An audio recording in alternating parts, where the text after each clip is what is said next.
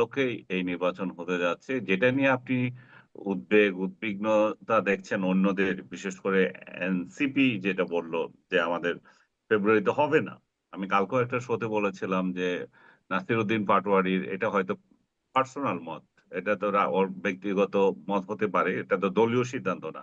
দলগতভাবে তো তারা বলে নাই যে তারা ইলেকশনে যাবে না। তো আমার আ ধারণা ইলেকশন হবে এবং ডক্টর ইউনূসের সঙ্গে আ বিএনপির যে সমঝোতা তার ভিত্তিতে কিন্তু হবে। এটিও কি কেউ বলেছেন জনাব আনিস আলমকে যে নাসিরুদ্দিন পাটোয়ারির সেই বক্তব্য ব্যক্তিগত বক্তব্য? আমি ধরে নিচ্ছি, কারণ উনি তো একজন দলের নেতা। উনি তো দলের প্রেসিডেন্টও না, সেক্রেটারিও না। এবং উনি সিইসি নাসিরও না। তো উনি উনার বক্তব্য দিতেই পারেন প্রাইভেট পারসন হিসাবে। আমিও তো আমার ইচ্ছে অনুযায়ী আমি তো বহুবার বলছি যে ডক্টর ইউনূস নির্বাচন দিতে চান না, নির্বাচন দিবেন না। তো ওইটা তো আর হাদিস হয়ে যায় না। আ সার্কামস্টেন্সেস যেটা আছে আমরা ওই বিবেচনায় মনে করি যে ফেব্রুয়ারিতে ইলেকশনের বিকল্প নাই। ডক্টর ইউনূস ইলেকশন দিতেই হবে। না দিলে এখানে তার সাথে যে বিএনপির যে সমঝোতা, যে বিএনপির যেই আ আ একটা বিশ্বাস, সেটার বিশ্বাসঘাতকতা হবে। সেই ঘাতকতা উনি সামাল দিতে পারবেন কিনা সেটার জন্যই আমি মনে করি যে এই ইলেকশন হবে। উনি ইলেকশন হবে না যে চিন্তা করে, বা ডক্টর আপনার এনসিপি থেকে যেটুকু বলা হচ্ছে, আমার ধারণা এটা হচ্ছে বিএনপির সঙ্গে তাদের একটা অ্যালায়েন্স হওয়ার সম্ভাবনা আছে, বা দলে দলে একটা সমঝোতা হওয়ার সম্ভাবনা আছে। তারা রিসেন্টলি মার্কিন দূতের সঙ্গে দেখা করেছেন, আপনি দেখছেন। আলী রিয়াজরাও গিয়েছে। সেখানে কিছু একটা গুটি পাকানো হচ্ছে যে কিভাবে বিএনপি এবং এনসিপি খুব কাছাকাছি আসা যায়। সাম্প্রতিক সময়ে তারা খুব দূরত্বে চলে গিয়েছিল এবং তারা অনেকটা জামাতের পকেটে চলে যাচ্ছিল। সেটা থেকে হয়তো তাদেরকে উদ্ধার করার জন্য একটা প্রচেষ্টা, এবং ইলেকশন হবে না বলা এক ধরনের স্ট্র্যাটেজিক সিদ্ধান্ত এনসিপি নেতাদের, যাতে করে তাদের এই সমঝোতা খুব দ্রুত হয়ে যায়। হুম। আপনি মনে করছেন ফেব্রুয়ারিতে নির্বাচন না হবার কোনো বিকল্প নাই। মাসুদ কামাল, আপনার কি মনে হচ্ছে? আর সরকারের কথা যেটি জনাব আনিস আলমগীরও বলছিলেন, সরকার আসলে এর আগে অনেক কিছু বলেছে, কিন্তু সেটি ঠিক যে রেখেছে তেমনটা না। যেমন আপনারাই যেটি বারবার উল্লেখ করেন, আওয়ামী লীগকে নিষিদ্ধ করার প্রসঙ্গটা, দেশি বিদেশি গণমাধ্যমে কথা বলেছেন যে সেরকম কোনো পরিকল্পনা নাই, কিন্তু করেছেন। লন্ডনে সেই চ্যাথাম হাউসের বক্তব্যে তিনি বলেছেন জুলাই হবে, জুলাই সনদ, তার উপর মানে সেটি ঐক্যমতের ভিত্তিতে, কিন্তু সেটি আসলে হয় নাই। অতএব যেটি বলছেন সেটিই যে করছেন বা করতে পারছেন তেমনটিও না। আহ, এইরকম একটা বাস্তবতাও আবার আছে। আপনি কি মনে করেন আসলে তার মানে ফেব্রুয়ারিতে নির্বাচন না হবার কি কোনো বিকল্প নাই, মানে কোনো অনিশ্চয়তা নাই? দেখেন, আমি নিজে মনে করি, আমার পার্সোনাল যেটা ধারণা, আমি আনিস আলমের সঙ্গে একমত যে আসলে সম্ভবত ফেব্রুয়ারিতে নির্বাচন হবে। এই কারণে একমত যে যে ডক্টর ইউনূস তো এটা মনে করেন জাতির উদ্দেশ্যে ভাষণে বলেছেন প্রথমত। দ্বিতীয়ত মালয়েশিয়াতে যাওয়া উনি এক কথা বলেছেন। হুম। তারপর যেদিন ভাষণে বলেছেন তার পরদিনই কিন্তু ইলেকশন কমিশনকে চিঠিও দিয়েছেন যে আমরা নির্বাচন ফেব্রুয়ারিতে করতে চাই, তোমরা আপনারা প্রিপারেশন নেন। ইলেকশন কমিশনের সে অনুযায়ী প্রিপারেশন নিচ্ছেন। ইলেকশন কমিশন এটাও বলেছে যে তারা ডিসেম্বরে তফসিল ঘোষণা করবে। তো এখন পর্যন্ত এই যে ধারাবাহিকতার মধ্যে না, আমি কোনো একটা গ্যাপ দেখি না কিন্তু। হুম। যা যখন করা দরকার ছিল সবই হচ্ছে। এখন এর মধ্যে যে জিনিসটা নিয়ে নতুন করে আলোচনা যেটা আসছে সেটা হলো নাসিরুদ্দিন পাটোয়ারি, তার যে ভাষণ, সে একটা মিটিং এ ছিল। সেই মিটিং এ নাসিরুদ্দিন পাটোয়ারিও ছিল, নাহিদ ইসলাম ছিল, আখতার হোসেন ছিলেন। দলের এরাই তো মূলত মানে মূল নেতা। এবং স্যার আপনার ছিলেন, মানে হাসনাত আব্দুল্লাহ ছিলেন। সার্জিসকে মনে হয় দেখলাম, হ্যাঁ সেও ছিল। তো এদের সবারই কিন্তু যে অ্যাটিটিউড এবং তাদের যে ভাষা, সেই ভাষাটা আমি দেখলাম যে নির্বাচন ফেব্রুয়ারিতে না হওয়ার পক্ষে। হুম। নাসিরুদ্দিন পাটোয়ারি খুব স্থূলভাবে বলেছে, কিন্তু নাহিদ ইসলামও কিন্তু এই কথাই বলেছে যে মানে আপনার সংস্কার এবং বিচার না হওয়া পর্যন্ত কোনো নির্বাচন হবে না। যে সমস্ত রাজনৈতিক দলগুলো তারপরে নির্বাচনে যেতে চাইবে তাদের আমরা বিরোধিতা করব, এটাও বলছেন। যখন এগুলো উনি বলেন তখন ওনার সামনে দর্শকদের এখানে মানে ওই আমন্ত্রিত অতিথিদের মধ্যে বিএনপির শীর্ষ পর্যায়ের নেতা শহীদুদ্দিন চৌধুরী অ্যানিও ছিলেন। অ্যানি সাহেবকে সামনে রেখে তারা বলছেন যে যদি কেউ নির্বাচনে যায় এই মুহূর্তে, এই সমস্ত না না করেই, তাহলে কিন্তু আমরা করব। আমার কাছে কেন যেন মনে হয়, যেটা আনিস আলমকে বললেন যে বার্গেন করার চেষ্টা করছে কিনা, আমার কাছে মনে হয় যে কেবল বার্গেন না, এখানে হয়তো আরো কিছু থাকতে পারে। থাকতে পারে কিভাবে? দুটো ঘটনা। সেটা হলো আপনার, ওনারা বললেন এটা মঙ্গলবার দিন, মানে গতকালকে। আবার দেখেন সোমবার দিন ওনারা কিন্তু মার্কিন রাষ্ট্রদূত, ভারপ্রাপ্ত রাষ্ট্রদূতের সাথে দেখা করেছেন, এই এনসিপির 3 নেতা। হুম দেখা করে এসেই তারা এই হুঙ্কার দেওয়া শুরু করলেন কিন্তু। আবার পরের দিন যেদিন ওরা এনে হুঙ্কার দিচ্ছেন, ওই দিন আবার এই মার্কিন রাষ্ট্রদূতের সঙ্গে দেখা করলেন হলো আলী রিয়াজ এবং মনির হায়দার। এই দেখা করাটা আমার কাছে রহস্যজনক মনে হয়েছে যে ওনারা কেন দেখা করতে গেলেন। আমাদের এখানে একটা সংস্কার প্রক্রিয়া চলছে, তো এখানে মার্কিন রাষ্ট্রদূতদের কি স্বার্থ, মার্কিনদের কি স্বার্থ? আমরা কি ওনাদের কলকাঠি যেভাবে নাড়ছেন সেভাবে আমাদেরকে চলতে হচ্ছে? এই সংস্কারটা কি ওনাদের দেখিয়ে দেওয়ার সংস্কার? হতেও পারে, কারণ যে দুজন গিয়েছেন তারা তো ওনাদেরই লোক। আলী রিয়াজ তো মার্কিন যুক্তরাষ্ট্রের নাগরিক। এখন উনি গেছেন ওনার হাই কমিশনারের কাছে, হাই কমিশনার তো অ্যাম্বাসেডারের কাছে। তো কেন গিয়েছেন, যে আমরা যা বলেছিলাম তাই কি তুমি করছো, ওইভাবে সংস্কার করতেছো কিনা, এটাও তো জানতে চাইছেন। আবার এর মধ্যে দেখলাম যে ওনারা সংস্কারের জন্য আরো 1 মাস সময় বৃদ্ধি করেছেন, কিন্তু হুম আরো 1 মাস সময় বাড়িয়েছেন। এখন বাড়াইলে কি হবে, আরো 1 মাস। তো এইভাবে সময় ক্ষেপণ যে কিছু হচ্ছে না তাও না। তো এই সবগুলি মিলিয়ে হয়তো কিছু একটা চেষ্টা চলছে, আমার ধারণা চলছে। কিসের চেষ্টা চলছে? নির্বাচনটাকে বিলম্বিত করা যায় কিনা, অথবা আরেকটু পেছানো যায় কিনা, এই ধরনের একটি চেষ্টা। এবং এর সঙ্গে খালি নাসিরুদ্দিন পাটোয়ারি না, মানে এনসিপি এবং আরো একাধিক ফোর্স হয়তো এখানে জড়িত আছে বলে আমার ধারণা। কিন্তু আলটিমেটলি তারপরেও আমি বিবেচনা করি, আমি মনে করি ডক্টর ইউনূস সম্ভবত নির্বাচনের ডেট সত্যি চাইবেন না, আমার ধারণা। কারণ উনি নানা রকম জটিলতার মধ্যে আছেন, উনি খুব একটা আরামে আছেন, আয়েসে আছেন, এরকম মনে করার হুম কোনো কারণ নাই। জি, কাজে আপনি বলছেন মানে শুধু এনসিপি না, আরো একাধিক ফোর্স আছে বলে আপনি মনে করেন। আসলে আমি মনে কারা করি আছে বলে মনে করেন? যেমন জামাতকে আমরা যেমন দেখছি, আপনার তারাও মানে ইসলামী আন্দোলন নির্বাচনের আছে। আগে অনেকগুলো শর্ত জুড়ে দিচ্ছে, যে শর্তগুলো ঠিক যে পূরণ হয়ে যাবে খুব এই ফেব্রুয়ারির মধ্যে, এমন নিশ্চয়তা আমরা পাচ্ছি না। আর কাদেরকে দেখছেন, বা জামাতকেও দেখছেন কিনা, আর কাকে কাকে দেখছেন যারা আসলে নির্বাচন পেছাতে চায়? অন্যদিকে আমরা এটাও একটু বলি যে আমরা দেখছি বিএনপি ফেব্রুয়ারিতে নির্বাচন চায়। আমরা সেনাপ্রধানকে আগে থেকেই শুনে এসেছি যে তারা 18 মাসের মধ্যে নির্বাচন, একটা ডিসেম্বরের মধ্যে পরবর্তীতে বলেছিল, কিন্তু 18 মাস হলে সেই ফেব্রুয়ারি হয়। এখন যদি বলি চাওয়া পক্ষ আর না চাওয়া পক্ষ, কার আসলে ভার বেশি ফেব্রুয়ারিতে নির্বাচনের ক্ষেত্রে? শুনেন, না চাওয়া পক্ষের সবগুলিকে একসঙ্গে করলেও বিএনপির যে চাওয়া পার্টি, বিএনপি তার অর্ধেক হবে না। কাজে ওগুলি বলে তো ভাই লাভ নাই, ওগুলির সংখ্যা বাড়াবেন আপনি, হুম। ওজনও তো বেশি না, ওজনে বিএনপি বেশি। কিন্তু কাজে আবার কার প্রভাব সরকারের উপর বেশি, সেটাও তো একটা ম্যাটার করে। এখন তো আমার তো মাঝে মাঝে মনে হয় সরকার, মানে ডক্টর ইউনূস বোধ হয় এখন মানে এনসিপি কে রেখে হয়তো বিএনপির বন্দরে নোঙর করার চেষ্টা করতেছেন। হুম সেটা যদি হয় তাহলে তো উনি বিএনপির কথাই বলবেন, আমার ধারণা। জি, আনিস আলমগীর, আপনারও কি মনে হয়, বা আপনার আসলে কি মনে হয়, এনসিপি কে রেখে কি বিএনপির বন্দরে নোঙর করার চেষ্টা করছেন ডক্টর ইউনূস? না, আমি নোংর করে মনে করি না। আমি মনে করি না যে ডক্টর ইউনূস এনসিপি কে এতিম করে চলে যাবে। ওনার ছায়া, ওনার আশীর্বাদ সবকিছু থাকবে। উনি তাদের 2 দলকে কিভাবে রাখতে পারে, এনসিপি কিভাবে একটা গ্রহণযোগ্য আহ, পদ্ধতিতে এই আগামী নির্বাচনে একটা অবস্থান রাখতে পারে, তাদের স্টেক রেখে তারা রাজনীতিতে সক্রিয় হতে পারে, সেই ধরনের একটা প্রচেষ্টা ডক্টর ইউনূস সরকারের পক্ষ থেকে থাকবে। কারণ একটা খুবই সহজ ব্যাপার, বিএনপি যদি ক্ষমতায় আসে, ডক্টর ইউনূস, এনসিপি, আরো আদার্স যে 5 আগস্ট থেকে যা কিছু হলো সবকিছু যে বিএনপি হজম করবে সেই নিশ্চয়তা নাই, এখনো নাই। কিন্তু ডক্টর ইউনূস, যেটা বলছিলাম, যে এনসিপি কে যেহেতু উনি পছন্দ করেন, তার দলই অলমোস্ট উনি তো নানাভাবে বুঝিয়েছেন, তো তাদেরকে তো উনি খালি মাঠে দিয়ে যাবেন না, এমন একটা পজিশনে দিয়ে যাবেন না যে তারা নির্যাতিত হয়, তাদের থ্রেট থাকে, তাদের রাজনৈতিক ক্যারিয়ার শেষ হয়ে যায়।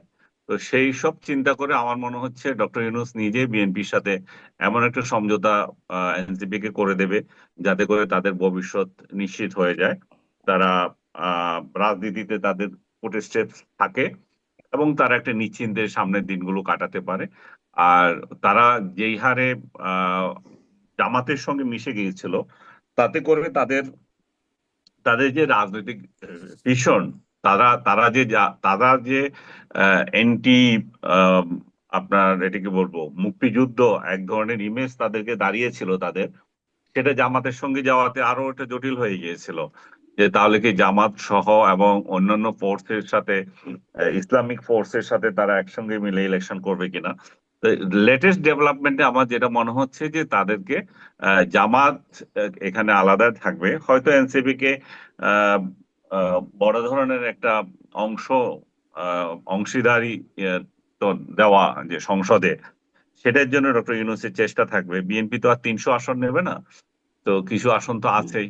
হয়তো আবার জামাত যদি বিরোধী দলে আসে, সেটা মানে কতটা সেই আসন গ্রহণযোগ্য, দেওয়ার চেষ্টাটা আসলে কেমন?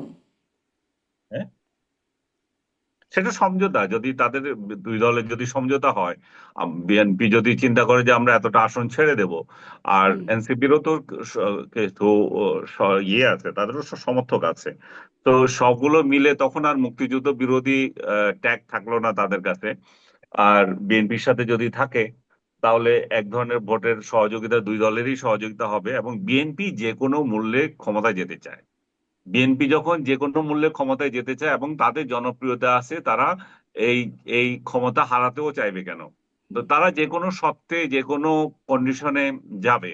আমার মনে হচ্ছে তারা, ডক্টর ইউনূস যদি এখানে পেছনে থাকেন, মার্কিন এমবেসি যদি পেছনে থাকে, তাহলে এখানে সম্ভাবনা আছে যে এনসিপি কে একটা বড় ধরনের অংশীদারিত্ব দেওয়া, এবং জামাত সেক্ষেত্রে বিরোধী দলে হয়তো নাও বসতে পারে।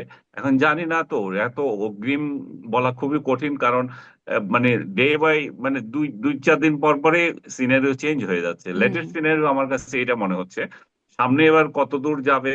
এবং আচ্ছা, কিছু, কিন্তু তাহলে ওই একটু আরেকটু ওটা জিজ্ঞাসা করে নিই, জামাত বিরোধী দল নাও হতে পারে, তাহলে কে হতে পারে বিরোধী দল, আর আছে কে? তখন এনসিপি হবে, এনসিপি বিরোধী দল হবে। ও আচ্ছা, মানে এনসিপি আর বিএনপি আসন ভাগাভাগি করে আবার এনসিপি হ্যাঁ, বিরোধী দল হবে, হ্যাঁ, হ্যাঁ। আপনার মনে আর হচ্ছে তাই? জি। আর জামাত, জামাত তো জানা যায় যে জামাত তো যদি ইয়ে হয়, ওই এখন যে ক্লাসিক পদ্ধতিতে যে ইলেকশন, সে পদ্ধতিতে তারা কয়টা আসন পাবে তারা তো খুব ভালো করেই জানে। সেই জন্যই তো তারা চেষ্টা করছে যে যদি এটা পিয়ার পদ্ধতিতে হয়, তখন তারা অ্যালায়েন্স করলে, যাদের সাথে অ্যালায়েন্স করবে তখন তাদেরও লাভ হবে। এনসিপির সাথে করুক বা আদার্স হুম। ইসলামিক দলগুলোর সাথে করুক, তখন সিনারিও আলাদা হবে। জি। বিএনপি তখন এখন যে এককভাবে সংখ্যাগরিষ্ঠতা পাওয়ার যে সম্ভাবনা আছে, সেটা তখন থাকবে না। তো সেই জন্য তারা পিয়ার পদ্ধতির উপরে জোর দিচ্ছে, এবং তারাও নিশ্চয়ই চাইবে যে এনসিপি কে তাদের সঙ্গে রাখতে, কারণ এনসিপি হচ্ছে সরকার পার্টি। সরকার জি। তার দলকে তো রাস্তায় ফেলে দেবে না, আমি যেটা শুরুতে বলছি, এতিম করে দেবে না। তাদের একটা, তারা সবচেয়ে বড় কথা হচ্ছে তারা এই অভ্যুত্থানে একটা নেতৃত্ব দিয়েছে। সেই অভ্যুত্থানের ফলে আজকের এই বাংলাদেশ, সেটা ভালো হোক আর খারাপ হোক। তো সেই সেই সেই প্রেক্ষিতে আহ, তাদেরকে এবং ডক্টর ইউনূস ক্ষমতায় আসলেন, সবকিছু মিলে আমার মনে হচ্ছে যে এই জন্য এনসিপি কে একেবারে, বিএনপি বা অন্যান্য রাজনৈতিক নেতারা যেভাবে বলে ওরা ভোটে দাঁড়ালে 5 ভোটও পাবে না, তো ওরা 5 ভোট পাবে না, 5 আসনও পাবে না, সেটাও সত্য। যেমন তেমনি ওদেরকে বাদ দিয়েও ইলেকশন করতে পারছে না, এবং তাদের সব কথা বা তাদের আবদারও শুনতে হচ্ছে বিএনপি কে, হুম। যেটা আগে বলেছিলাম যে বিএনপি এনি হাও ক্ষমতায় যেতে চায়, আর ক্ষমতায় যেতে হলে তাদেরকে ডক্টর ইউনূসকে চটানোর কোনো সুযোগ নাই। ক্ষমতায় যেতে হলে তাদের এনসিপির সাথে এক ধরনের শেয়ার করতে হবে। আর জি। যেহেতু এখানে বিদেশের কথা বলছি, বিদেশও হয়তো জি। আমি বিএনপি একটু কে, বিদেশিদের ভূমিকা আরেকটু আলাদা করে আলোচনা করি। মার্কিনীদের ভূমিকা তো খুবই গুরুত্বপূর্ণ, এটি আলোচনায় আনবই। কিন্তু এই যে আপনি একটা নতুন সমীকরণের বিষয়ে ভাবছেন, ভোটের জোট, আমি মাসুদ কামাল আপনার কাছ থেকেও একটু শুনতে চাই। আপনি কি মনে করেন ভোটে আসলে জোট, আসন ভাগাভাগি, এই সমীকরণটা কেমন হতে পারে? অবশ্যই এটাও আবার পরিবর্তন হতে পারে, যেটাও আনিস আলমগীর বলছিলেন। এখনকার বিবেচনায় কি মনে হচ্ছে? আমার কাছে মনে হয় না।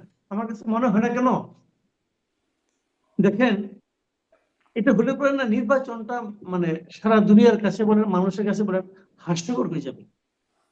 কারণ ডক্টর ইউনূসের কিন্তু একটা ভালো নির্বাচন দেওয়ার কথা উনি বলেছেন যে আমি ইতিহাসে সবচেয়ে ভালো নির্বাচনটা দিতে চাই। তো যদি ওরকম ভাবে হয়, হুম। তাহলে নির্বাচনটা একেবারে হাস্যকর হয়ে যাবে। কারণ আপনি তাহলে কার সঙ্গে কে ফাইট করবে? তাহলে তো কেউ কোনো প্রতিদ্বন্দ্বী থাকছে না তো। এই কেন মাসুদ ভাগাভাগি, ভাই, আসন ভাগাভাগির না ইলেকশন মাসুদ ভাই, কেন প্রতিদ্বন্দ্বী থাকছে না কিভাবে? তাদের তাদের সাথে জামাতের জামাত কি আপনার মনে নাই যে বিএনপির সঙ্গে আসন ভাগাভাগি করে 51 সালে নির্বাচন করেছে? তো 50টা আসন তাদেরকে দিয়ে দেওয়া হয়েছিল। সেরকম এনসিপি কে যদি 50টা 60টা এরকম যদি বিএনপি ছেড়ে দেয়, তাহলে সে আসনে কি, বিএনপি তো করেছে এটা, তো বিএনপি যদি ছেড়ে দেয়, তাহলে তো তাদের আসার সম্ভাবনা কি থাকে না? তারা কি বিরোধী দলে থাকে আসতে না, পারে না? থাকে না। আমি বলি আপনাকে, বিএনপি হুম যে আসনগুলো ছেড়ে দিবে, হুম বিএনপি যে পলিটিক্যাল পার্টি, তাদের যে ক্যারেক্টার, এই হুম প্রত্যেকটা আসনে তাদের স্বতন্ত্র প্রার্থী দাঁড়ায় যাবে, হুম হুম এবং সেই স্বতন্ত্র প্রার্থীর সঙ্গে এনসিপি কোনো পাত্তাই পাবে না, হুম কোনো পাত্তাই পাবে না। এনসিপি কে জেতায় এরা যত চেষ্টাই করে হোক না কেন, এনসিপি মোটেই সুবিধা করতে পারবে না। হুম এটা হলো আমার বিশ্লেষণ আর কি। আর এইবার তো নতুন একটা নিয়ম করছে, আপনি তো জোটের প্রতীকও নিতে পারবেন না, আপনাকে হুম নিজের প্রতীক ইলেকশন করতে হবে। হুম এটা তো আরো ঝামেলা।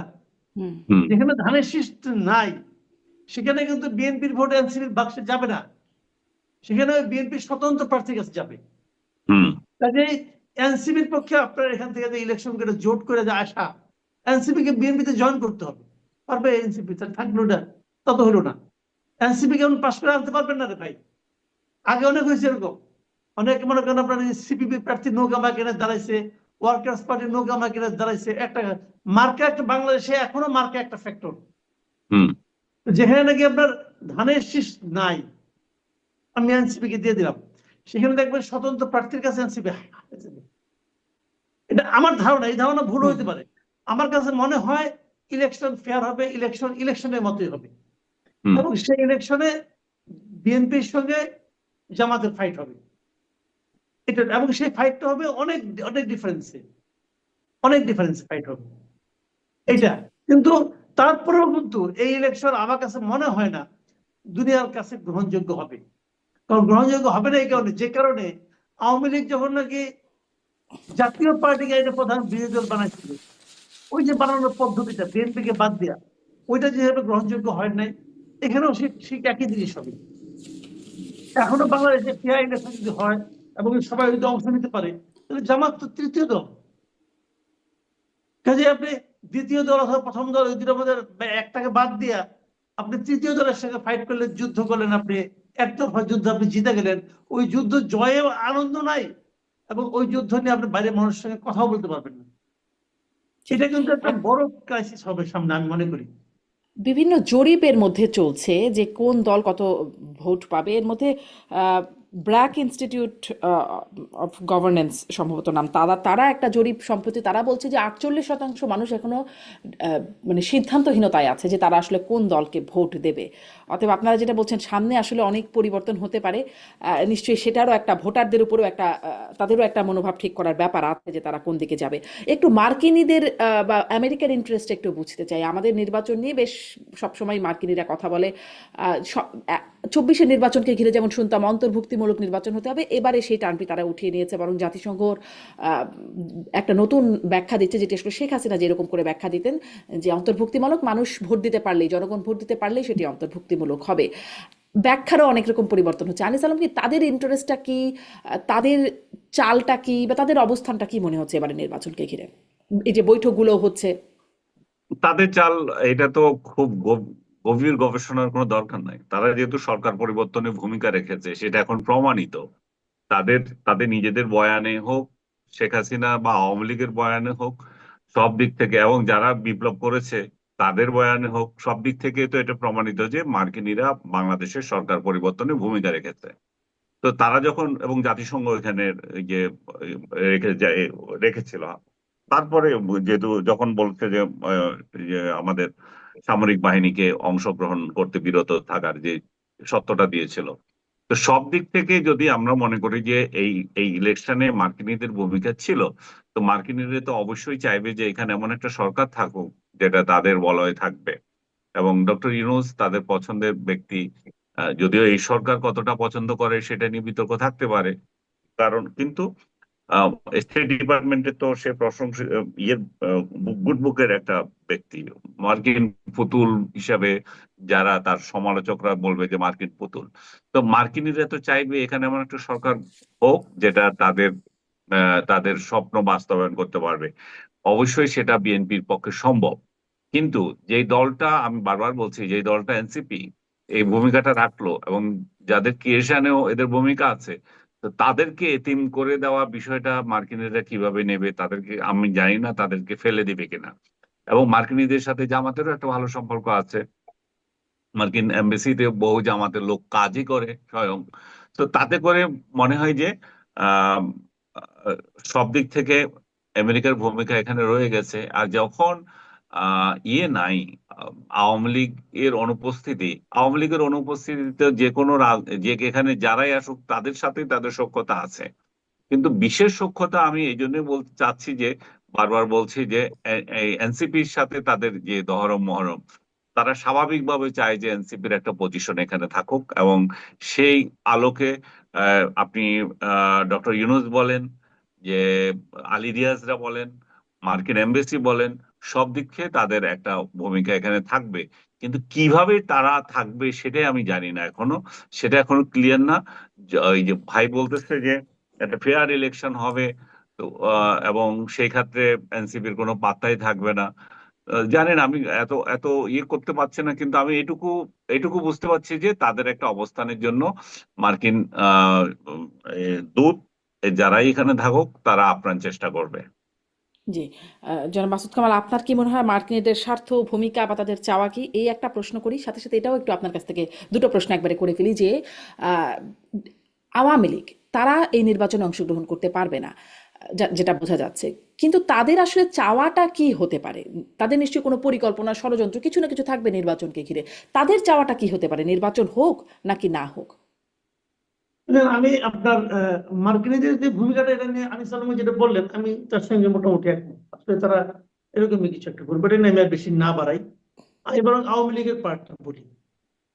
আওয়ামী লীগের এটা তো সত্য যে আওয়ামী লীগের যত নেতা আছে মোটামুটি সবাই বিদেশি, যারা নাকি মোটামুটি আপনার হুম, পরিচিত লোক, যাদেরকে চেনে, যারা দায়িত্বে ছিলেন, তারা হয় বিদেশে নয় চেনে।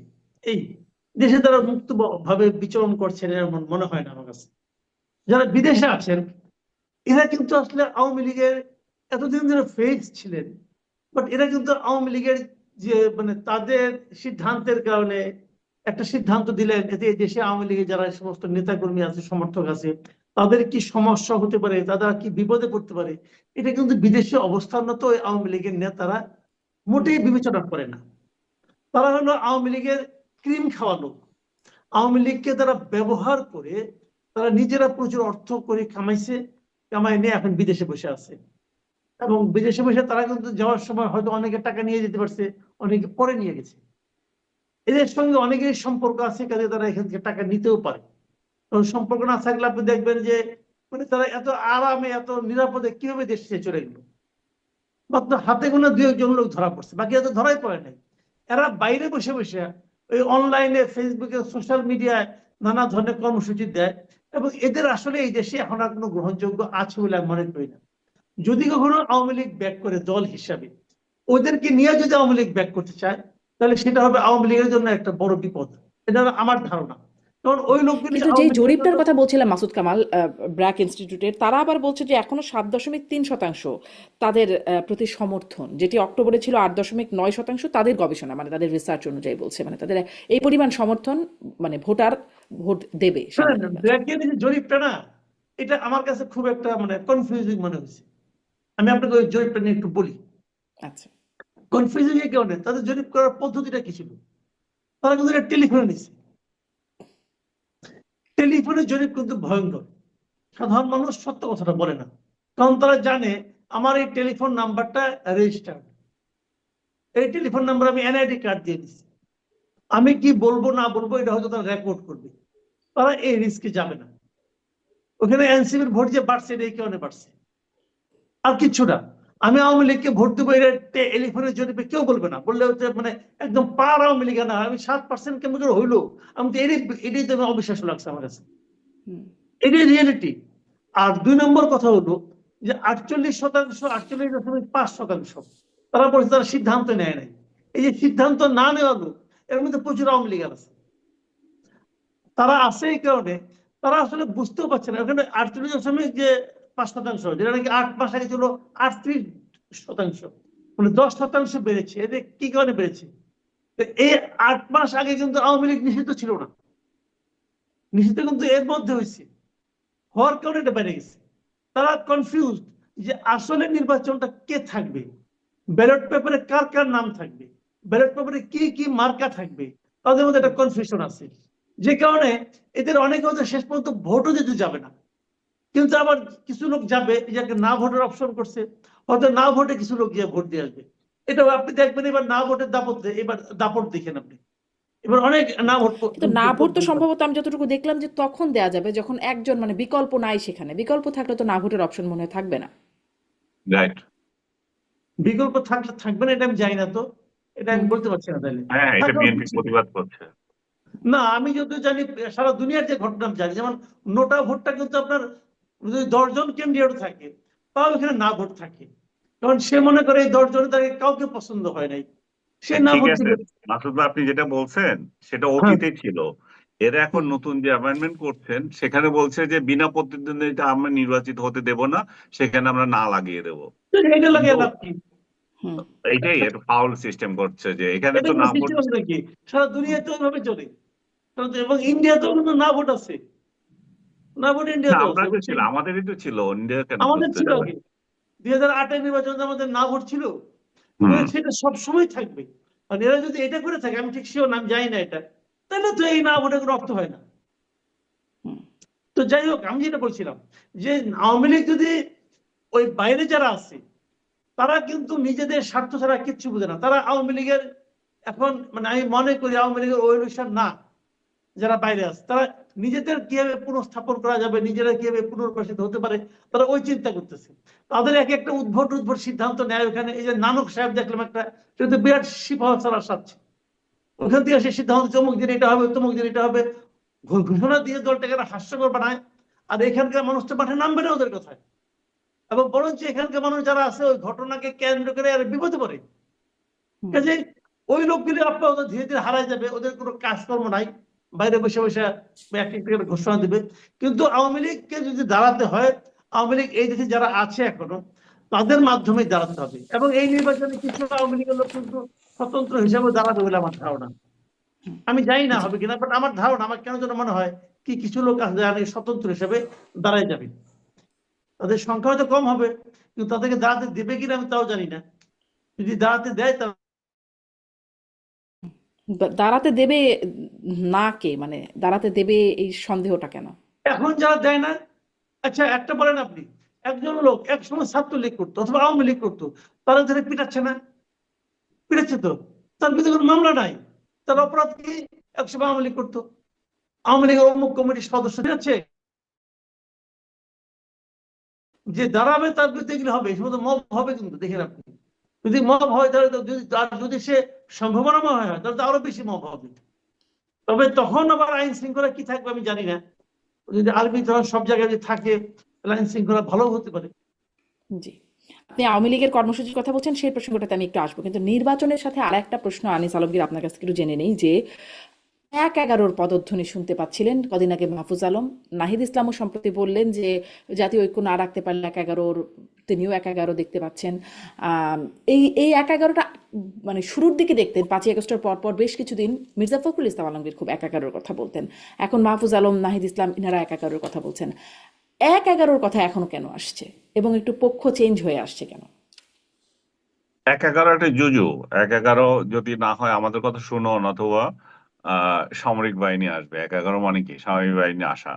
সামরিক বাহিনী আসা মানে কি? বিএনপির ক্ষমতায় যাওয়া, আরো পিছিয়ে যাওয়া, বা নির্বাচিত একটা সরকার আসা, পিছিয়ে যাওয়া। তো তাহলে কম্প্রোমাইজ করো, এই অর্থে 1-11 জুজু দেখানো হচ্ছে। অন্য কোনো অর্থ তো আমি বুঝি না। আর 1-11 আসা অস্বাভাবিক কেন? যখন আপনি অনিশ্চয়তায় যাবে, যখন আপনি হানাহানি করবেন। এখন আওয়ামী লীগ তো এখানে কোনো সিনই নাই। তো আওয়ামী লীগের অনুপস্থিতিতেও আপনাদের যখন শান্তি নাই, একদল আরেক দলের বিরুদ্ধে লাগছেন, ইলেকশন করবেন না, ইলেকশনে যাবেন না, যে হুম। ইলেকশনের জন্য এত মায়া কান্না, এত 3বার ইলেকশন করতে পারেন নাই, তো সেই মায়া কান্নার জায়গায় এখন ইলেকশন নিয়ে তালবাহানা করছেন, ইলেকশনে যাব কি যাব না। কিছু মানুষ এখনো বিভ্রান্ত যে 48% ভোট হবে কি হবে না, ইলেকশনে যাব কিনা। তো সবকিছু মিলিয়ে তো সেই জন্যই আহ, বিষয়টা দাঁড়ায় আর কি। 1-11 ওই জন্যই জুজু, যে যদি না হয় তাহলে দেখো আরো পিছিয়ে যাবে।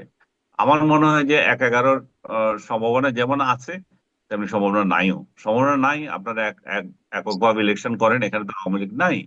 আপনারা এককভাবে মানে আপনারা নিজেরা নিজেরা ইলেকশন করেন, তো তাহলে তার 1-11 এখানে সম্ভাবনা দাঁড়ায় না।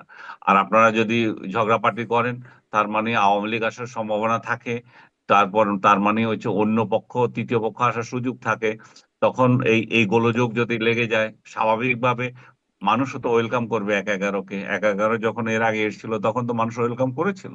মানুষের তো মনে হয়েছিল যে তত্ত্বাবধায়ক সরকার তথাকথিত যে ছিল সেটা একটা জগদ্দল পাথর ছিল, সেটা সরে গিয়ে আর্মি একটা মানুষের মধ্যে সুবাতাস এনে দিয়েছিল, যদিও তারা সফল হয়নি চূড়ান্ত ভাবে। কিন্তু ওই তাৎক্ষণিকভাবে তো মানুষ দেখেছে যে এরা ছাড়া উপায় ছিল না। দেশের হানাহানি তখন যে পর্যায়ে চলে গেছে, লোকে বইটা থেকে শুরু করে একদল আরেক দলকে পিটানো। তো এমন পরিস্থিতি যদি আবার তৈরি হয় তাহলে তো হবে বাংলাদেশে যত রাজনৈতিক পরিবর্তন, যে যত কথাই বলুক বিরাট অভ্যুত্থান বিপ্লব হেন তেন, আর্মির অংশগ্রহণ ছাড়া তো কোনোটাই হয় নাই। সে ৯০ হোক আর ২০২৪ হোক। ৯০-তে যখন আন্দোলন হয়েছিল, আর্মি যখন উইথড্র করেছিল এরশাদের উপর সমর্থন, বিপ্লব হয়ে গেছে। এই ২০২৪-এর 15ই আগস্ট তাই আর্মি নিষ্ক্রিয় ছিল। আর্মি বলেছে আমাদের পক্ষে সম্ভব না, আপনি যান, অন্য কোনো দেশে আপনাকে পাঠানোর ব্যবস্থা করছি। এখানেও তাই হয়েছে। সো আমরা গণতন্ত্রকামী যে লোকজন যে এত বেশি আশাবাদী যে আমরাই সব বিপ্লব করে ফেলেছি, তা তো না। আর্মি তো এখানে একটা বড় অংশ। তো আর্মি যদি চায় এই দেশের পরিস্থিতি যদি আরো খারাপ হয়, তাহলে আর্মি আসতেও পারে, সেটাকে আমরা কেউ উড়িয়ে দেব না। জি, মাসুদ কামাল, আপনি কি ১/১১ সম্ভাবনা বা শঙ্কা কিছু দেখছেন? আচ্ছা, আমি না একটা কথা বলি, যে আইনসালুম একটা শব্দ উচ্চারণ করো না, যে জুজু, জুজুর ভয় দেখানো হয়েছে। আমি এটাকে একটু বলি আপনাকে। আচ্ছা, ১/১১ জিনিসটা কি এটা বলেন তো আমাকে। ১/১১ কেন হয়েছিল, কেন এসেছিল, এটা আপনার ঘটনা নিশ্চয়ই মনে আছে। হুম ২০০৭-এর জানুয়ারি ২২ তারিখে একটা ইলেকশন হওয়ার কথা ছিল। সেই ইলেকশনে এই তত্ত্বাবধায়ক সরকারের সেই তত্ত্বাবধায়ক সরকারের তখন প্রেসিডেন্ট ছিলেন ইয়াজউদ্দিন আহমেদ, এবং সেই তত্ত্বাবধায়ক সরকারের প্রধান উপদেষ্টা ছিলেন ইয়াজউদ্দিন আহমেদ নিজেই। উনি প্রেসিডেন্ট, উনি প্রধান উপদেষ্টা। কেন? প্রথমে বিএনপি ক্যারিকেচার করে আনতে চাইছিল KM হাসান। KM হাসান আসতে চান নাই, বিব্রত হয়েছেন এক পর্যায়ে আওয়ামী লীগের আন্দোলনের কারণে। তারপরে নানা ক্যারিকেচার করে ইয়াজউদ্দিন আহমেদকে ওনারা বানাইলেন উপদেষ্টা। তো সেই নির্বাচনটা যখন তারা ২২ তারিখে করবে, তার আগে কিন্তু আওয়ামী লীগ এক পর্যায়ে সবাই তারা উড্র করলো যে আমরা কোনো ইলেকশন করবো না। তাহলে একতরফা নির্বাচনের দিকে দেশ অগ্রসর হচ্ছিল। যে নির্বাচনটা ২০১৪-তে আওয়ামী লীগ করছে, সেই নির্বাচনটা কিন্তু ২০০৭-এ বিএনপি করার উদ্যোগ নিয়েছিল, হয়ে যেত নির্বাচন। তখন থামাইছে কে? আর্মি লোকজন যে থামাইছে। আর্মি যে বলছে যে এইভাবে একতরফা নির্বাচন করা ঠিক হবে না, তারা কিন্তু থামাইছে। তো এইটা জানুয়ারির 11 তারিখ থামাইছে, মানে ওই নির্বাচনে 11 দিন আগে ঘটনাটা ঘটেছে। হুম তখন আবার নতুন করে প্রধান উপদেষ্টা বানানো হয়েছে ফখরুদ্দিন আহমেদ, এটসেট্রা। তারপর তো কাহিনী জান। এখন তখন কিন্তু আওয়ামী লীগ বলেছে যে এই সরকার আমাদের আন্দোলনের ফসল, বলেছে। এই শেখ হাসিনা বলেছেন যে এরা যা কিছু করবে সবকিছুকে আমরা যদি ক্ষমতায় যাই আমরা এগুলিকে দিব, মানে আপনার মেনে নিব, ক্লিন চিট মেনে দিব নিব আপনার সবগুলিকে, বলবো, এগুলো তো বলছে। তো তাহলে আওয়ামী লীগ তো এই সরকারকে চেয়েছে। আচ্ছা, তারপরে দেখা গেল ক্ষমতায় আসার পর এই ১/১১ সরকারের সবচেয়ে বড় সমালোচক কে হয়ে গেল? আওয়ামী লীগ হয়ে গেল। কেন হইল?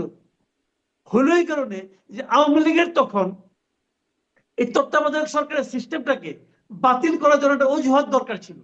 হুম আমার এই কাজটা তারা করলো ১/১১। তো ১/১১ খারাপটা কি বুঝান তোমার আপনি? ১/১১ একটা একতরফা নির্বাচনের হাত থেকে দেশকে রক্ষা করছে, করছে রে ভাই, এটা রিয়েলিটি। হুম তারপরে যারা দায়িত্ব নেওয়ার পরে এক লম্বা সময় থাকছে, এটা আমরা সমালোচনা করছি। এখনো তো এই সরকার, হাসিনা সরকারের পথের উপর আমরা একটা সরকার আছি, আমরা তো সবাই মিলেই আনছি। আমরা তো ইউনূস সরকারকে কখনো খারাপ বলি নাই, কিন্তু মানে ইউনূস সাহেবকে যে প্রধান উপদেষ্টা বানাইছে আমরা কি খারাপ বলছি? ওই সময় তো তার কোনো বিকল্প ছিল না। এখন আমরা বলতেছি আপনারা এই কাজ পারেন না, ওই কাজ পারেন না, সেই কাজ পারেন না। আর যদি কাজ না পারেন তাহলে তো একটু সমালোচনা করতেই পারি। এখন যদি তারা এই নির্বাচন ঠিক মতো দিতে না পারে, যদি নির্বাচন দিতে দেরি করে, অথবা নির্বাচন দিতে অপারগতা প্রকাশ করে, অথবা সেরকম বাস্তবতা তৈরি হয়, তাহলে অনেক কিছু হতে পারে। তাহলে ১/১১ বলেন, ২/১২ বলেন, কি হবে আমি জানি, কোন দিন আসবে তা আমরা তো জানি না। কাজে হুম এটাকে সবাই যেমন বলতেছে যে আর্মি আসতে পারে, আর্মিও আসতে পারে, কিন্তু আর্মির প্রধান তো সরাসরি বলেছেন যে আমরা চাই নির্বাচনটা হয়ে যাক। এবং এখন পর্যন্ত দায়িত্ব নেওয়ার পর থেকে, মানে এই সরকার দায়িত্ব নেওয়ার পর থেকে আর্মির কোনো একটা আচরণে কি কারো মনে হয়েছে যে আর্মি ক্ষমতা গ্রহণ করার জন্য আগ্রহী? আমি তো ভাই দেখিনি এরকম। আর্মিকে যেইভাবে কিন্তু তিনি প্রকাশ্যে আবার ওই যে মানে 18 মাসের একটা সময়সীমা দিয়ে রেখেছেন, তারপরে কি মানে 18 মাস পর্যন্ত সহযোগিতা করবেন বলেছিলেন? ইলেকশন তো 18 মাসের সময়সীমার মধ্যে হচ্ছে। হ্যাঁ। এখন যদি না হয় তখন একটা সম্ভাবনা আশঙ্কা যাই বলেন না কেন থাকতেও পারে, বাট সেইটা নিয়ে এত উত্তেজিত হওয়ার কিছু নাই আমি মনে করি। আচ্ছা আচ্ছা, কিন্তু মানে সেই বিষয়টা একটু ভাবছিলাম যে আগে এই 1-11 সম্ভাবনা শঙ্কা পদধ্বনি শুনতেন হচ্ছে মির্জা ফখরুল ইসলাম আলমগীর, এখন সেটা বেশি শুনছেন মাহফুজ আলম এবং তার সহযোদ্ধা নাহিদ ইসলাম, তাদের মুখ থেকে এটা শোনা যাচ্ছে। এই জন্য আসলে বিশেষ করে আরেকবার একটু জানছিলাম। আমি একটু এই প্রশ্নটাও করতে চাই, আপনি মাসুদ কামাল আপনি বলছিলেন আওয়ামী লীগের কর্মসূচি দিচ্ছে বাইরে বসে বসে, কিন্তু 15ই আগস্ট তাদের একটা কর্মসূচি সবসময় থাকে, জাতীয় শোক দিবস তারা তাদের সময় পালন করেছে, শোক পালনের। কিন্তু আমরা দেখছি প্রেস সচিব তিনি বলছেন যে এই 15 আগস্ট দিনটিও 31 মানে বাকি আগস্টের 31 দিনের মতোই কেউ ধানমন্ডিতে বা কোথাও কর্মসূচি করতে গেলে তাদের বিরুদ্ধে আইন অনুযায়ী ব্যবস্থা নেওয়া হবে। একটু মানে আইন অনুযায়ী কি ব্যবস্থা নেওয়া হবে? যদি আওয়ামী লীগ করতে যায় তাহলে না হয় বুঝলাম যে আওয়ামী লীগের কার্যকলাপ নিষিদ্ধ তাদের বিরুদ্ধে, কিন্তু কেউ যদি করতে যায় সাধারণ মানুষদের মধ্যে কেউ যদি করে, তাহলে আসলে আইন অনুযায়ী কি ব্যবস্থা নেওয়ার আছে? যেন মাসুদ কামাল আপনি একটু যদি ছোট করে আগে বলেন। এখানে ভাই উনি যেটা বলছেন এটা উনি ওনার মেধা, ওনার রুচি, ওনার আকাঙ্ক্ষা এই সবগুলিকে মিলাইয়া উনি কথাটা বলছেন। এটা এটা আইনগতভাবে একটা অশুদ্ধ বক্তব্য না, যে উনি কিন্তু বলেন নাই যে যদি আওয়ামী লীগ কোনো কর্মসূচি নেয়, যদি বলতেন যে আওয়ামী লীগ যদি কোনো কর্মসূচি নেয় তাহলে আইনানুগ ব্যবস্থা নেওয়া হবে, তাহলে ঠিক ছিল। কিন্তু যদি উনি বলছেন যদি কেউ কর্মসূচি নেয়, যে কেউ কর্মসূচি নিতে পারে। আমি বাসায় একটা মিলাদ করবো ভাই, আমি বঙ্গবন্ধুকে ভালোবাসি, ওনার মৃত্যুটা আমার পছন্দ হয় না, আমি ওই জন্য শোকাহত থাকলাম এবং আমার বাসায় একটা মিলাদ করলাম, মিলাদের আয়োজন করলাম। মিলাদ আমার একটা কর্মসূচি হতেই পারে, আমি নিলাম। উনি কি করবে আমারে? কোন আইনে আটকাবে? উনি আমাকে কোন আইনে আটকাবে? গাড়ি জোরে আটকাইতে পারে। আমি প্রধান উপদেষ্টা, প্রেস সেক্রেটারি, সিনিয়র সচিব, আমি অতএব আমি তারা আটকাই দেবো, এই পাওয়ার খাটাতে পারে। এছাড়া আর কিছু নাই। কথাবার্তা বলার সময় কিছু খেয়াল করে বলে না তো ভাই, উনি তো খেয়াল করে কথা বলেন না। এটা কোনো লজিক আছে? যদি কেউ কর্মসূচি না, আচ্ছা কি কর্মসূচি তাও বলে নাই কিন্তু। আপনি পড়ে দেখেন, যদি কেউ 15 আগস্টে কোনো কর্মসূচি না দিলে, তো 15 আগস্টে বিএনপি একটা কর্মসূচি নিয়ে বসে আছে, তারা জন্মদিন পালন করবে, সেটা কি হবে? 15 আগস্ট কি আগস্টের আর 31টা দিনের মতো না? বিএনপির কাছে তো না, আমার কাছেও না, হতেই পারে আলাদা। 15 আগস্ট তো এমনি কারো জন্মদিন হইতে পারে, সে কোনো সেটা পাঠিয়ে দিতে পারে, পারে না? তার কি হবে? কি বলে না বলে, মানে যা মনে হয় তাই বলে, ক্ষমতা পাইছে তো। এখন সমস্যা হচ্ছে কি, এই লোকগুলি ভুলে গেছে যে এই দিনটাই শেষ দিন না, এইভাবে হয় না। আপনি একটা কথা মাথায় রাখবেন, শেখ হাসিনা কি খারাপ করছে না করছে এটা শেখ হাসিনা বুঝবে। সে জীবিত আছে, তারা আপনি মামলা মাথায় নিয়ে আসেন, তার বিরুদ্ধে তারা আপনি 5 লাখ ফাঁসি দেন, আমার ওটা তার ব্যাপার, ওটা আদালতের ব্যাপার আর তার ব্যাপার, আমার কোনো আপত্তি নাই। কিন্তু কন্যার কারণে আপনি পিতাকে অপদস্থ করবেন, এটা পৃথিবীর কোথাও নাই। তো মৃত পিতাকে, যে পিতা আজকে থেকে মানে আপনার 50 বছর আগে মারা গেছেন, তারে আপনি আজকে তার কন্যার কারণে সেই দিবেন, শাস্তি দিবেন, এটা হয় না। এর কি বলে এই সমস্ত লোক এগুলো? জি, মানে আমি এগুলো একটু মানে প্রতিহিংসা চরিতার্থ করার জন্য এরা করছে। প্রতিহিংসা দেখানোর জায়গা এটা না। প্রতিহিংসা আরেকটা প্রতিহিংসাকে ডেকে আনে, এটা মাথায় রাখতে হবে। আমরা ভেবেছিলাম কি ডক্টর ইউনূস যখন আসলো, আমি সত্যি বলি, আমি আমার মনের কথাটা বলি, আমি ভেবেছিলাম উনি বোধহয় সবাইকে নিয়ে, সমস্ত দল মতকে নিয়ে একটা ঐক্যবদ্ধ দেশ গড়ে তুলবে। উনি তো প্রায় ঐক্যের কথা বলেন।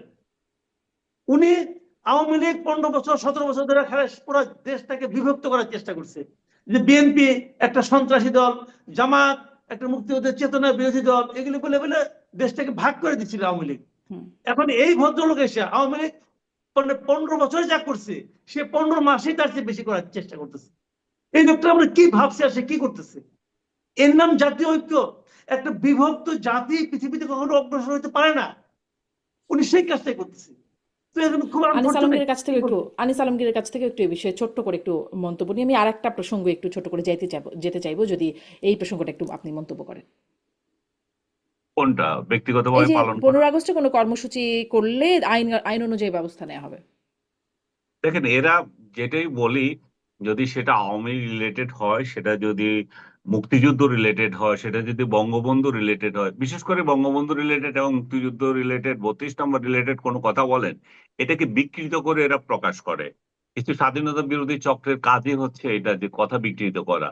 যেমন আমি নিজেও এটা বলেছি, 15ই আগস্টে আপনি কিভাবে একটা ব্যক্তিগত প্রোগ্রামকে আপনি না করতে পারেন? আপনি রাষ্ট্রীয়ভাবে তো বন্ধ করে দিয়েছেন। তো রাষ্ট্রীয়ভাবে যখন বন্ধ করছেন, তখন কে ব্যক্তিগতভাবে কি করবে না করবে জানি না। একজন ফেসবুকে বিরাট এক স্টোরি লিখেছে, আনিস আলমগীর যে শফিক আলমকে ধুইয়ে দিয়েছেন। হ্যাঁ, এই জাতীয় কথাবার্তা। শফিক আলমকে এখানে ধুইয়ে দেওয়ার কি হলো? শফিক আলম একজন রাজনৈতিক বক্তৃতা দিচ্ছে, তো রাজনৈতিক বক্তৃতা যখন দেয়, তাহলে তাকে তো সরকারি কর্মকর্তা হয়ে যখন রাজনীতি বক্তৃতা দিচ্ছে, তো তার ভুল ত্রুটিতেও আমাদের সমালোচনা করার অধিকার আছে। শফিক আলম তো এটা ভালো করেই জানে যে উনি সমালোচনার ঊর্ধ্বে থাকবেন না, যখন উনি একটা সরকারি চাকরি করেন, এবং তার অ্যাক্টিভিটির সমালোচনা হতেই পারে। আরেকজনে বলল, আনিস আলমগীর বলেছে 32 নম্বরের প্রতিশোধ নেব। আচ্ছা, আমি কেন নেব 32 নম্বরের প্রতিশোধ? 32 নম্বর যে ভেঙেছে, প্রতিশোধ নিবে বলেছি।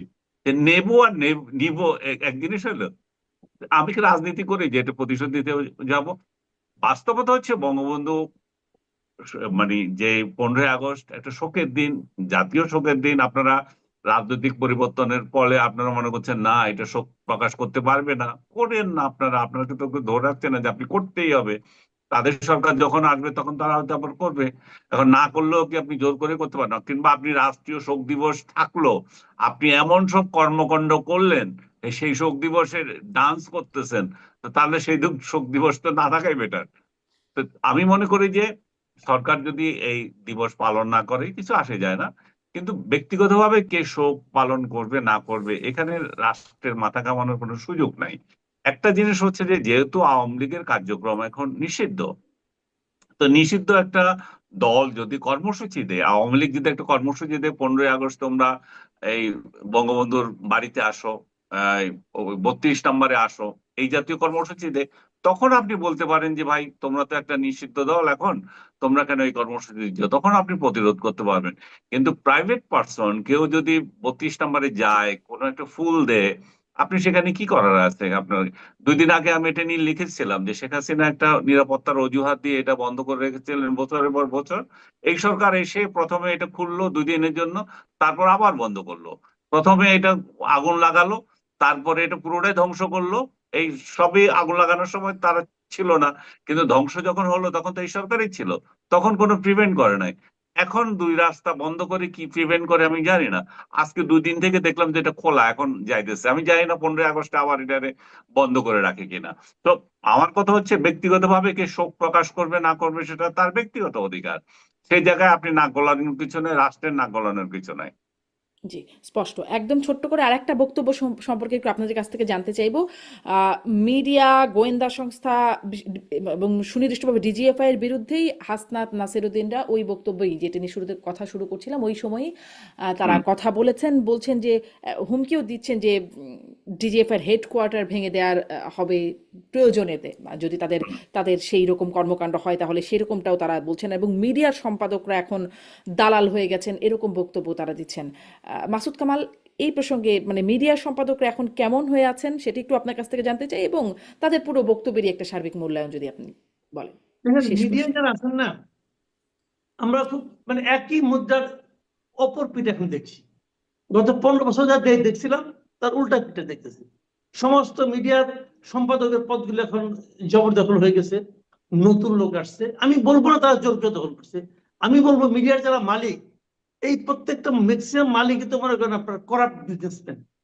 এই বিজনেসম্যান গুলো তাদের এই বিজনেস থেকে রক্ষা করার জন্য মানে বিএনপি পন্থী লোকজনকে এনে এখানে বসাইছে সবাই, এভরিথিং এভরিওয়ার। আপনি দেখবেন যে লোকটা বলছিল সে শেখ হাসিনার সঙ্গে কবরে বন্ধু যাবে, তার মিডিয়া কিন্তু কিছু হয় না। তার মিডিয়াতে এখন তার একটা মিডিয়া যে পড়ছে প্রেস ক্লাবের সভাপতি, আরেকজন পড়ছে বিএনপি দের এক লিডার, বিএনপি সেক্রেটারি, সবাই পড়ছে।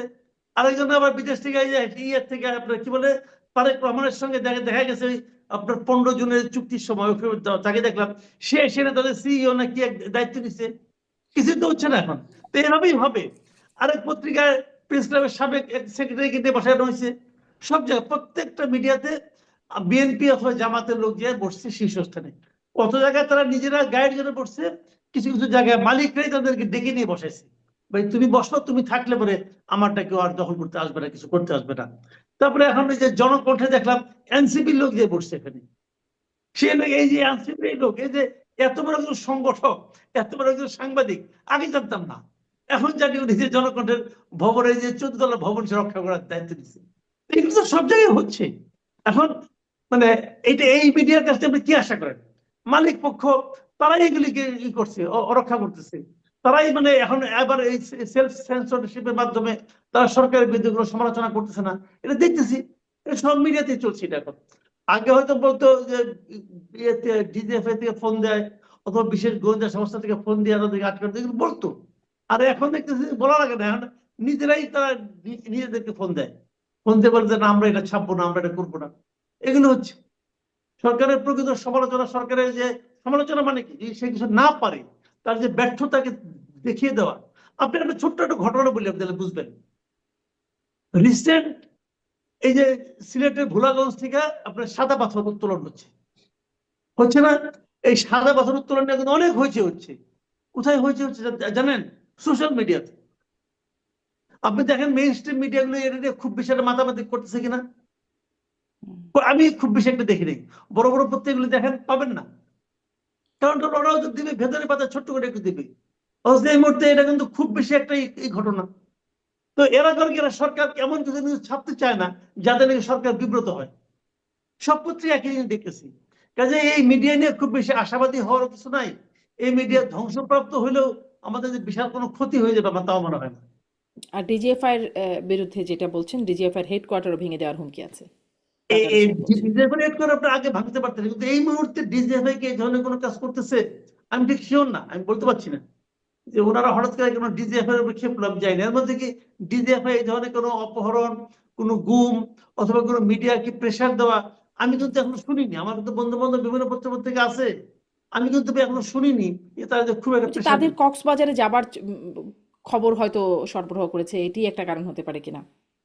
সরবরাহ করে গেছে, তারা তো কিন্তু আছে ওখানে, তো তারা গেছে রে ভাই। এখন এতে দুঃখিত আর কি আছে? ওইখানে যে জিনিসটা তারা গেছে এটা ঠিক, তারা পিটার হাসের সঙ্গে মিটিং করে নাই এটা একটা বিষয় হতে পারে।